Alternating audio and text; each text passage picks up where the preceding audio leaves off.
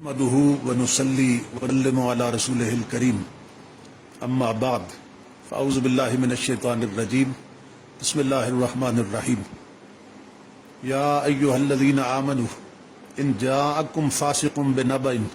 فتبينوا ان تصيبوا قوما بجهالة فتصبحوا على ما فعلتم نادمين صدق الله مولانا العظیم۔ محترم مشائخ و علماء کرام اور معزز سامعین، اللہ رب العزت کا شکر ہے جس نے ہمیں مسلمان بنایا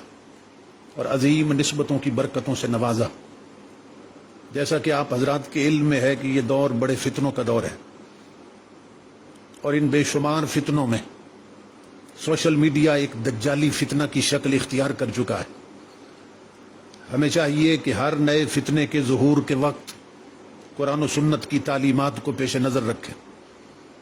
جیسا کہ آپ حضرات جانتے ہیں کہ میرے عقیدہ اہل سنت کے دفاع پر مبنی ایک خطاب کا 90 سیکنڈ کا کلپ کاٹ کر یہ باور کرانے کی کوشش کی جا رہی ہے کہ میں نے آل رسول کی گستاخی کی ہے اور ان کی طرف گمراہی کی نسبت کی ہے۔ خدا کی عزت کی قسم، میرے حاشیہ خیال میں بھی یہ مفہوم نہیں تھا جو شر پسندوں نے نکال لیا ہے۔ میں تمام مسلمان بھائیوں سے یہ گزارش کروں گا کہ میرے خطاب کو وہاں سے سنیں جہاں میں نے امام الانبیاء صلی اللہ علیہ وسلم کی افتراق امت پر مبنی حدیث پاک کی تشریح شروع کی ہے۔ میں نے جس آل رسول کو اصحاب رسول کے ساتھ ذکر کیا ہے اور صحابی بننے کے وقت تک محدود کیا، اس کا یہ مطلب نہیں تھا کہ یہی آل رسول ہے جو اصحاب رسول کے زمانے تک ہوگی۔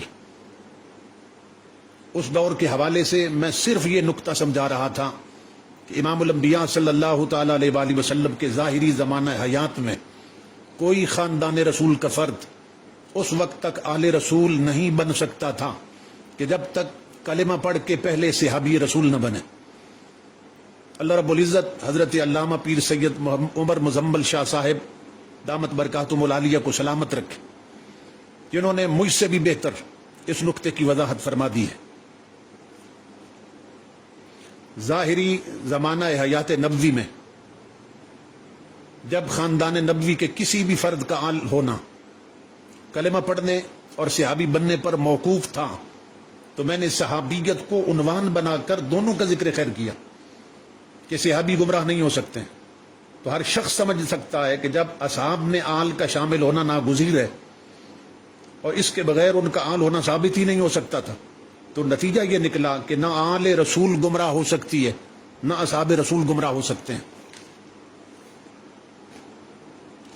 یہ مضمون یہاں ختم ہو جاتا ہے۔ اب میں اس خطاب میں چونکہ عقیدہ اہل سنت کا دفاع اور بد مذہبوں کا رد کر رہا تھا، تو میں نے کہا کہ آقا علیہ السلام نے جنتی جماعت کا ذکر کرتے ہوئے لفظ صحابی استعمال فرمایا، لفظ آل نہیں فرمایا، کہ حضور علیہ السلام جانتے تھے کہ آنے والے وقتوں میں کئی بد مذہب لوگ اپنے لیے آل کا لفظ استعمال کریں گے کہ ہم بھی آل رسول ہیں، ہم بھی سید ہیں، ہم بھی سادات ہیں اور ہم بھی شاہ جی ہیں، ہماری راہ پہ چلو تو جنت ملے گی۔ لفظ آل کی آڑ میں بد مذہبوں کا دھندا چل سکتا تھا، اس لیے سلطان مدینہ صلی اللہ علیہ وسلم نے لفظ صحابی استعمال فرمایا تاکہ آنے والی امت کو معلوم ہو جائے کہ صحابی گمراہ نہیں ہو سکتے، یہ نام نہاد آل گمراہ ہو سکتی ہے۔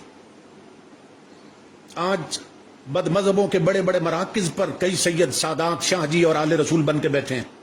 آج صرف علماء اہل سنت ہی نہیں، عوام اہل سنت بھی انہیں گمراہ ہی سمجھتے ہیں۔ تو کیا یہ سب لوگ جو اصل آل رسول ہے، جو سچی اور سچی آل رسول ہے، اس کے گستاخ قرار پائیں گے؟ میں نے اسی خطاب میں جو تقریباً 2.25 گھنٹے پر محیط تھا یہ بھی بتایا کہ آل رسول دیکھنی ہے تو میر علی شاہ کو دیکھو، آل رسول دیکھنی ہے تو غریب نواز کو دیکھو، آل رسول دیکھنی ہے تو غوث اعظم کو دیکھو۔ یہاں سے ان شرپسندوں کا یہ جھوٹ بھی واضح ہو گیا کہ میں نے کہا ہے کہ آل رسول وہی تھی جو اصحاب کے دور میں تھی، بعد میں کوئی آل نہیں۔ لعنت اللہ علی الکاذبین۔ اگر ایسا ہوتا تو میں آل رسول کے ضمن میں حضور سیدنا پیر میر علی شاہ کا ذکر کیوں کرتا، حضور غریب نواز کا ذکر کیوں کرتا، اور حضور سیدنا غوث اعظم کا ذکر کیوں کرتا رضی اللہ تعالی عنہم اجمعین۔ جہاں تک آل رسول اور اصحاب رسول کی غلامی کا تعلق تو ہمارا خاندان یہ تو پیدا ہی ان ہستیوں کی محبت پر ہوا ہے، گتی بھی ان کی محبت کی دی گئی ہے، ہم تو ان کے غلاموں کے عنوان سے پروان چڑھے ہوئے ہیں۔ میرے بڑے بھائی جان کا اسم گرامی صاحبزادہ محمد ابو بکر ہے، میرا نام محمد عمر ہے، مجھ سے چھوٹے کا نام عثمان ہے، محمد عثمان، اور ان سے چھوٹے بھائی کا نام محمد علی ہے، اور ان سے چھوٹے بھائی کا نام محمد حسن ہے، میرے اپنے بیٹے کا نام حسنین ہے، میرے بھتیجے حسنات چشتی صاحب کی بیٹی کا نام فاطمہ ہے، میرے بھانجے کے بیٹے کا نام حسین ہے۔ جس گھرانے میں علی بھی ہو، فاطمہ بھی ہو، حسن بھی ہو، حسین بھی ہو، حسنین بھی ہو، وہ گستاخوں کا گھرانہ ہے یا آل رسول کے غلاموں کا گھرانہ ہے؟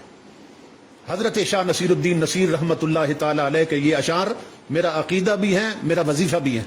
جو میں کبھی کبھی خطاب میں پڑھتا بھی رہتا ہوں کہ حب شبیر نہیں ہے تو عبادت ہے حرام، نہ نمازیں نہ وظیفے نہ سجود اور قیام، روزہ و حج و تسابیح و زکوٰۃ و احرام، نہیں مقبول یہ اللہ کو بے حب امام، خواہ میری یہ فراست ہے کہ نادانی ہے، حب اولاد علی شرط مسلمانی ہے۔ مگر وہ اولاد جو اہل سنت کے مسلمات اور معتقدات کی پاسمان ہے، جو آیت میں نے تلاوت کی ہے اس کی تعلیم بھی یہی ہے۔ اے ایمان والو، جب کوئی فاسق یا شریر تمہارے پاس کوئی خبر لے کر آئے تو اچھی طرح چھان بین کر لیا کرو، ایسا نہ ہو کہ حقیقت کا علم نہ ہونے کی وجہ سے تم اسے تکلیف پہنچاؤ اور بعد میں ندامت کا سامنا کرنا پڑے۔ اللہ رب العزت ہم سب کا حامی و ناصر ہو اور مسلک اہل سنت کو دن دگنی رات چگنی ترقی عطا فرمائے۔ وما علینا الا البلاغ۔